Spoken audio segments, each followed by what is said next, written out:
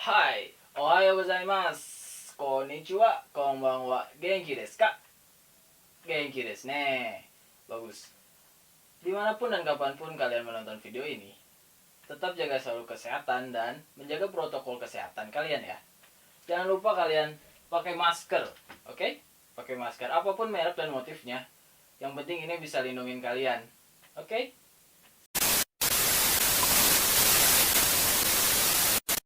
Oke, sebelum masuk ke pelajaran, alangkah baiknya saya memperkenalkan diri saya terlebih dahulu kepada kalian, oke? Hajimemashite, watashi wa Sultan desu. Bandung kara kimashita. Dozo yoroshiku onegaishimasu. Kalian panggil saya boleh Sultan. Sultan Sensei. Sultan Sensei. Sultan Sensei. Oke, boleh. Bolehlah. Oke, kita akan lanjut kepada materi yang akan kita pelajari hari ini, yaitu Donamachi Donatokoro, atau kota atau tempat seperti apa sih? Oke, di pelajaran kali ini kita akan belajar menyebutkan tempat wisata atau kota-kota di Indonesia, serta belajar ungkapan yang menunjukkan kondisi tempat tersebut agar kita dapat menginformasikan tempat-tempat tersebut. Oke, seperti apa? Mari kita lanjut kepada pelajaran berikutnya.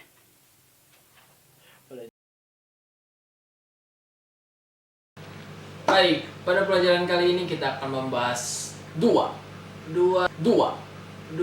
subbahasa. Ya, pertama adalah kotoba, yaitu kosakata. Oke, kotoba, kosakata.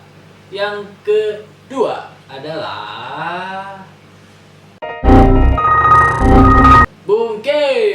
Oke, saya hampir lupa. Bungke yaitu pola kalimat. Kita akan membahas tentang kosakata yang pertama, yang kedua adalah pola kalimat.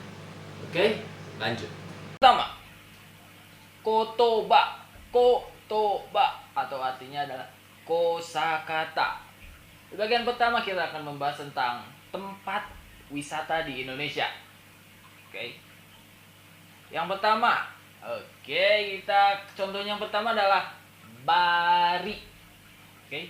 Bari. Kita ucapkan bersama-sama. Bari. Ya, oke. Ini ya contohnya. Bari. Artinya adalah Bali.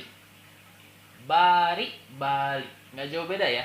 Karena dalam bahasa Jepang tidak ada huruf la, li, lu, le, lo. Jadi diganti oleh ra, ri, ru, re, ro. Jadi Bali. Jadi Bari. Oke, mudah ya. Oke. Yang kedua, contohnya adalah Taman Mini. Taman Mini. Hurufnya seperti ini. Taman Mini. Oke. Di situ ada Taman Mini. Tidak dibaca Tamang Mini. Oke. Artinya adalah Taman Mini. Yang ketiga adalah Pulau Seribu. Pulau Seribu. Kenapa tidak Pulau Seribu? Biasanya huruf atau kosakata serapan yang diambil dari bahasa ibu dicari yang lebih dekat pelafalannya. Jadi Pulau Seribu. Oke? Artinya adalah Pulau Seribu. Yang keempat adalah Bunakeng. Bunakeng. Bunakeng. Artinya bunakeng dalam bahasa Indonesianya. Tapi dalam bahasa Jepangnya adalah bunakeng. Dalam huruf an ini bisa dibaca an atau ang, an atau eng. Ya, itu bisa dibaca karena hurufnya sama gitu. Tidak ada huruf ang yang bisa sendiri. Jadi tidak ada huruf an yang bisa sendiri juga. Jadi disatukan jadi an, eng. Oke. Yang kelima adalah Rembang. Rembang yang artinya adalah Lembang. Rembang artinya adalah Lembang. Oke, di situ juga tidak jadi Remubang.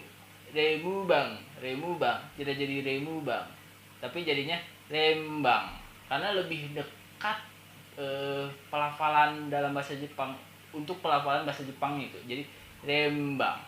Oke. Yang keenam adalah Ciatoru. ciatoru. Ciatoru. Oke, tidak ciateru. Karena lebih jauh diucapkan. Tidak ciateru. Lebih dekat jadi ciatoru. Ciatoru. Oke. Kita ucapkan bersama-sama ciatoru. Oke, ciatoru. Oke. Yang ketujuh adalah borobudoru. Panjang. Do-nya jadi borobudoru. Yang artinya adalah borobudur. Oke. Yang terakhir adalah tobako. Ini ya hurufnya. Tobako. Toba-nya ditulis oleh huruf katakana. Toba ditulis oleh huruf katakana karena itu adalah kata serapan. Ko-nya ini artinya adalah danau. Kenapa hurufnya berbeda? Ini hurufnya adalah huruf katakana, hiragana ya, bukan katakana. Karena hiragana ini ditulis untuk huruf-huruf asli dalam huruf-huruf asli bahasa Jepang. Toba itu kan bahasa Indonesia, bahasa ibunya bahasa Indonesia. Terus Bari, Taman Mini, Pulau Seribu, terus Punakeng, Lembang, Ciater, Borobudur itu kan dari bahasa Indonesia. Nah, ko-nya ini mempunyai arti tersendiri. Hurufnya beda sendiri juga, memakai huruf hiragana atau biasanya jika sudah mahir lah menggunakan huruf kanji. Oke. Tobako. Ko-nya itu danau.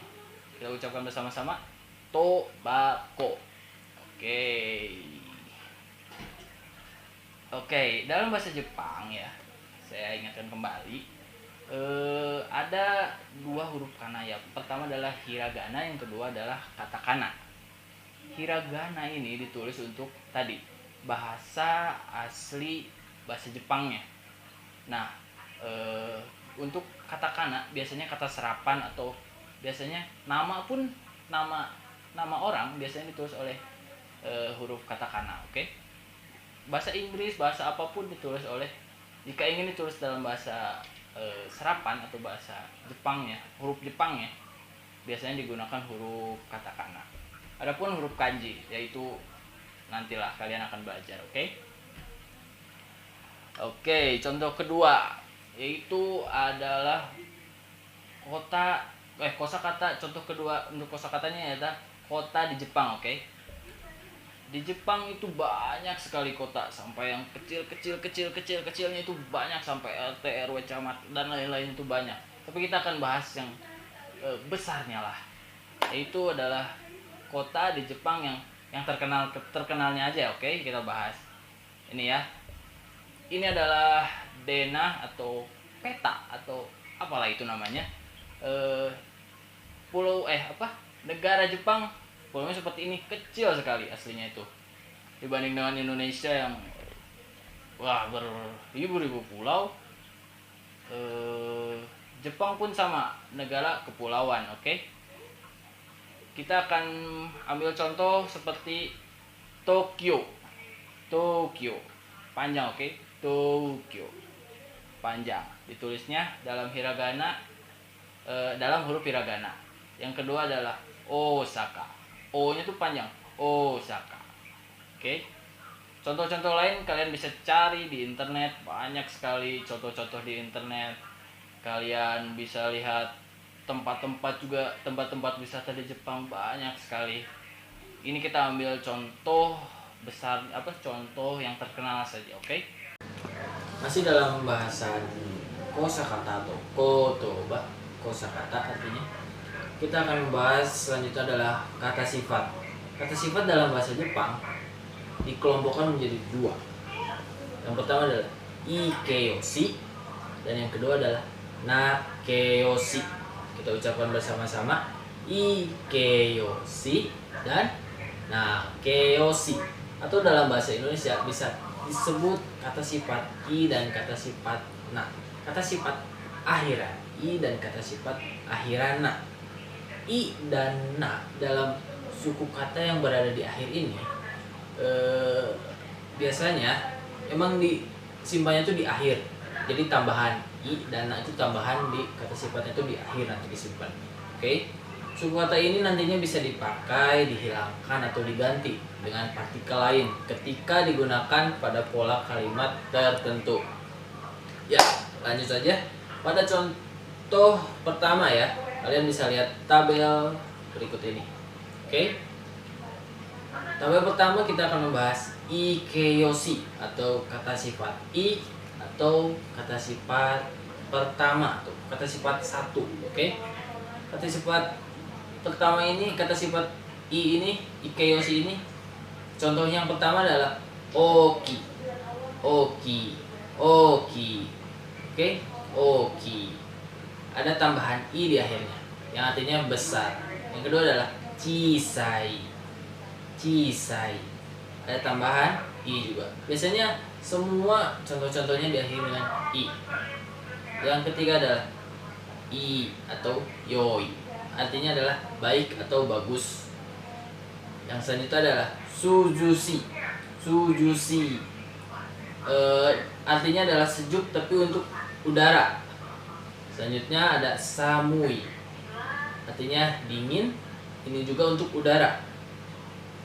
Ada juga artinya dingin juga, yaitu sumetai, tapi ini untuk benda, tidak digunakan untuk kata sifatnya tidak digunakan untuk udara, jadi digunakan untuk benda, untuk menjelaskan suatu benda, kata sifat suatu benda.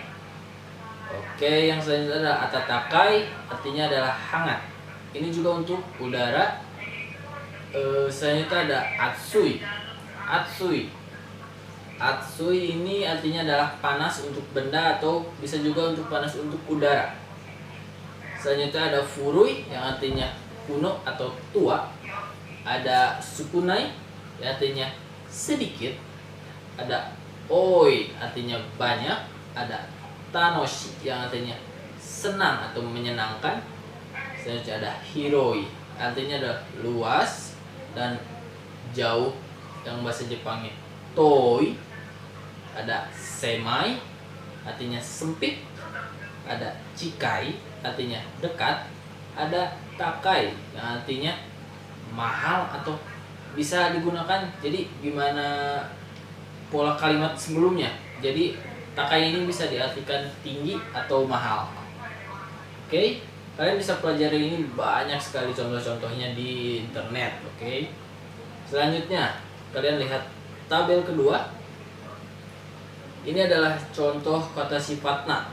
Kata sifat kelompok 2 biasanya disebut, yaitu nakeyoshi. Contoh pertama adalah nigiakana. Di akhirnya ditambah na. Tapi untuk na ini biasanya ada kondisi-kondisi tertentu atau pola-pola kalimat tertentu yang pada akhirnya na-nya itu digunakan atau dihilangkan. Kalau kita belajar awal-awal kita pelajari dulu ininya dulu ya, contoh-contoh langsung aslinya dulu. Yang pertama adalah nigiakana yang artinya ramai atau padat. Yang kedua adalah shizukana, shizukana. Nah, pokoknya selain huruf i biasanya tergolong ke dalam nakeyoshi yang belakangnya. Tapi ini ada contoh ketiga adalah yumeina. Jadi kalian harus hafal betul kata-kata sifat ini. Kalian tidak bisa asal-asalan gitu. Kalian harus hafal betul seperti yang ketiga ini, yumeina. Ini jarang sekali ada huruf i untuk nakeyoshi. Jadi ini ada contoh salah satu dah yumeina yang artinya terkenal. Selanjutnya adalah sutekina, artinya bagus sekali. Ada anzengna yang artinya aman. Ada kokana artinya megah. Ada kikengna artinya berbahaya. Dan terakhir ada fushigina, yaitu luar biasa atau aneh. Oke, mungkin kalian bisa mencari kata sifat ikeyoshi dan nakeyoshi ini banyak sekali di internet. Kalian harus mempelajari ini karena selain kalian mempelajari ini, nanti pun ada perubahan-perubahan untuk pola kalimat tertentu. Jadi kalian harus hafal betul kata sifat ini. Oke. Yap, Yang kedua yaitu bungkai atau pola kalimat. Pada pelajaran ini, inti dari pelajaran ini adalah kita akan mempelajari pola kalimat atau ungkapan bagaimana menginformasikan kondisi suatu tempat. Oke? Baik, pertama kita akan membahas bentuk positifnya. Yang pertama ada pola kalimat kata benda tempat wa, kata sifat ikeyoshi atau nakeyoshi ditambah kbdes. KB tempat atau kata benda tempat diisi dengan tempat yang sudah kita bahas sebelumnya. Ditambah wa adalah partikel pendukung pola kalimat ini, ditambah kata sifat i atau na, ditambah kbdes yang warna ungu. kbdes itu menjelaskan KB tempat, oke? kbdes yang warna ungu itu untuk menjelaskan KB tempat. Jadi contohnya tadi di contoh kalimat kita sudah bahas Rembang, oke? Ada Rembang. Rembang itu tempat kan? Jadi kita isi dengan keterangan Lembang itu adalah tempat. Jadi KB warna ungu itu kita isi dengan bahasa Jepangnya tempat adalah Tokoro. Jadi Tokoro des, oke? Bagaimana kalau kota? Kalau kota kita misalnya Tokyo. Tokyo kan tempat kota. Jadi kita isi dengan machi. Machi adalah bahasa Jepang dari kota. Baik. Jadi contoh kalimat yang pertama kita bisa lihat adalah Rembang wa suzushi Tokoro des. Ini contoh ikeyoshi, oke? Rembang warna hijau adalah kata benda. Kata benda tempat. Ditambah wa, ditambah suzushi ini itu kan ikeyoshi yang di akhir tuh, ditambah kbdes. Kb yang itu adalah menerangkan Rembang tadi, yaitu tempat, oke? Artinya adalah Rembang adalah tempat untuk tempat yang sejuk. Oke, lanjut ke contoh kedua. Tokyo wa nigiyakana. Nah di situ kita tetap pakai untuk pola kalimat ini karena diikuti dengan KB des. Jadi kita tetap gunakan na. Jadi tidak dihilangkan atau tidak diganti oleh partikel apapun. Jadi tetap digunakan na-nya, tidak dihilangkan. Jadi tidak Tokyo wa nigiyaka machi des, tidak. Jadi nigiyakana machi des karena diikuti dengan KB tadi, kata benda untuk mendukung kata benda tempat yang pertama tadi. Oke, artinya Tokyo adalah tempat yang ramai. Oke, contoh ketiga. Yogyakarta wa furui machi des. Yogyakarta KB tempat, wa partikel wa, furui adalah kata sifat ikeyoshi, machi adalah keterangan tempat tadi, yang menjelaskan kata benda yang menjelaskan KB tempat tadi, des. Yogyakarta wa furui machi des. Furui di sini kita artikan sebagai mungkin kuno ya, atau lama atau gimana. Jadi Yogyakarta adalah tempat yang kuno, kota yang kuno mungkin. Seperti itu. Kita lanjut ke contoh terakhir, yaitu Bunaken wa kireina. Na-nya tetap dipakai Tokoro des, yang artinya Bunaken adalah tempat yang cantik atau indah, seperti itu. Lanjut kita ke bentuk bertanya untuk positifnya bagaimana. Oke. Questionnya adalah pola kalimat untuk questionnya adalah KB tempat yang warna hijau, wa dona adalah dona untuk bertanya. Biasanya doko, dona biasanya digunakan untuk bertanya. Kalau doko di mana, untuk di mana. Kalau dona artinya seperti apa atau bagaimana. Dan tadi ditambah KB, ditambah deska. Jangan lupa K-nya ya. Deska. K itu untuk, kalau dalam bahasa Indonesia tuh mungkin tanda tanya mungkin ya. Deska, oke? Jangan lupa, jangan des saja. Kalau des saja tidak bertanya berarti.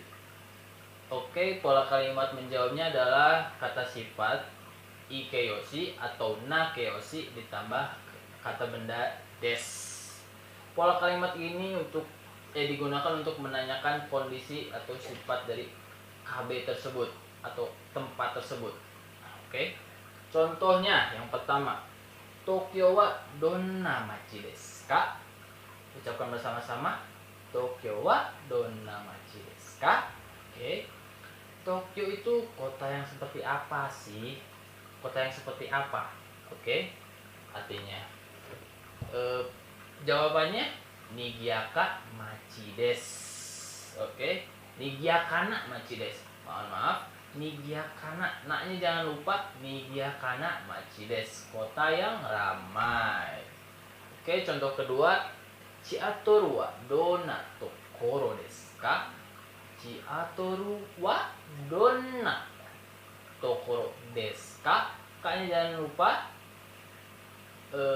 jawabannya Suzushi tokoro desu. Itu ikeyoshi.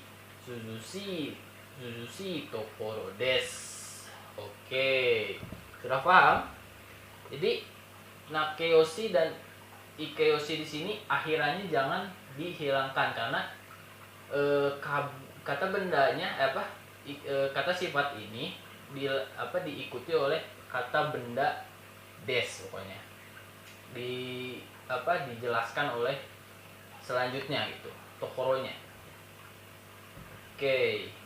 Kita lanjut ke bentuk negatifnya.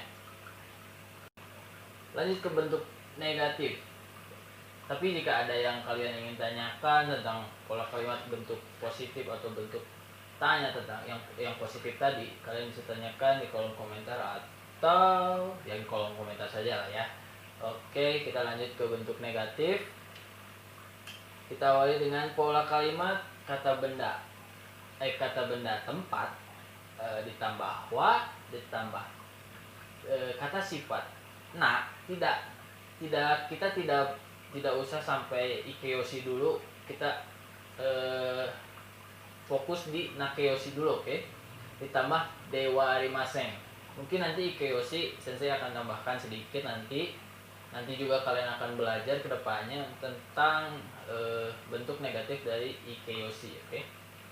Jadi pola kalimat yang akan kita pelajari ada KB tempat wa, kata sifat nah, dewa arimasen. Dewa arimasen dewanya bukan dewa ya, tapi ini hanya pola kalimat partikel dewa arimasen. Oke. Pola kalimat ini adalah bentuk negatif dari KB tempat wa, kata sifat na des. Jadi desnya itu dirubah menjadi dewa arimasen. Dewa arimasen. Ingat-ingat bentuk negatifnya kata sifat na, tinggal tambahkan dewa arimasen. Kita langsung ke contoh, oke?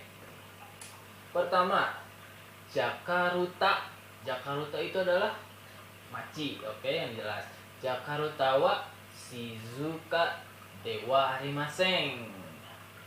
Jakarta KB tempat ditambah wa ditambah Shizuka. Shizuka harusnya adalah nakeyoshi ya, tapi na-nya tidak dipakai. Tidak jadi Shizukana karena tidak ada KB des, tidak ada kata benda des, tidak ada selanjutnya ditambah kata benda des, tidak ada pelengkap mungkin penjelas dari tokoronya gitu. Jadi di situ diisi dengan kata benda des, karena tidak ada kata benda des jadi diganti langsung tidak ditambahkan tidak na-nya tidak dipakai gitu. Jadi Jakarta wa Shizuka dewa arimasen. Oke, artinya Jakarta tidak sepi. Contoh kedua ada Bunaken wa Niigata. Pakai na tidak? Jelas tidak. Jadi Bunaken wa Niigata dewa arimasen. Bunaken tidak ramai artinya. Contoh terakhir ada Seattle wa Yumei na, tidak pakai na, oke. Jadi Seattle wa Yumei dewa arimasen. Seattle tidak. Yumei apa Yumei?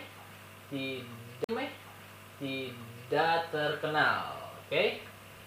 Kita lanjut ke bentuk bertanya untuk dan bagaimana cara menjawab positif dan bagaimana cara menjawab negatifnya. Mudah sekali karena kita sudah belajar tadi bentuk negatifnya ya. Jadi untuk pola kalimat bertanyanya kita pakai KB, kata benda, tempat ditambah partikel wa ditambah kata sifat na atau nakeoshi tambah mudah sekali deska. Jangan lupa deska untuk bertanya. Jawabannya bagaimana? Tinggal jawab hai ditambah kata sifat na des. Oke. Itu untuk jawaban positif atau jawaban yang benarnya. Kalau jawaban yang benarnya. Kalau untuk jawaban negatifnya bagaimana? Kita tinggal ganti menjadi iye ditambah kata sifatna tambah tadi apa? Dewa arimaseng. Jangan lupa dewa arimaseng. Itu untuk negatif. Pola kalimat ini kalian gunakan untuk menanyakan dalam kata sifat. Nah, jangan lupa kata sifat. Nah, contohnya kita langsung ke contoh. Yang pertama adalah Chiato wa shizuka desu ka? Tidak pakai na, ingat. Chiato wa shizuka desu ka? Apakah Chiato itu sepi? Jawabannya jika positif, hai shizuka desu. Ulangi kata sifat yang di atasnya, kata sifat pertanyaan tadi. Kalian tinggal ulangi jika jawabannya positif. Atau sebenarnya tinggal jawab hai so des, tidak apa-apa. Atau kita lanjut ke jawaban negatifnya bagaimana? Ya, tambahkan iye shizuka. Lagi kita ucapkan kembali shizukanya, shizuka dewa arimaseng. Oke, seperti itu untuk pola kalimat. Mungkin kalian masih bingung, tapi kalian bisa lihat gambar-gambar tadi yang saya sudah berikan. Kalian pelajari lagi, kalian tambah-tambah lagi informasi mengenai pola kalimat ini. Mungkin jika ada yang ingin ditanyakan, kalian bisa tanyakan di kolom komentar atau boleh email ke saya, tidak apa-apa. Yang penting kalian bisa memahami, bisa mengerti bagaimana pola kalimat untuk menjelaskan keadaan suatu tempat dimanapun.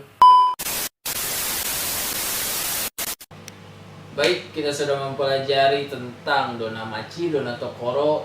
Kita sudah mempelajari tentang kotoba atau kosakata, dari mulai tempat-tempat di Indonesia, kota-kota di Jepang, dan kata sifat. Setelah itu kita sudah mempelajari tentang bungkai atau pola kalimat.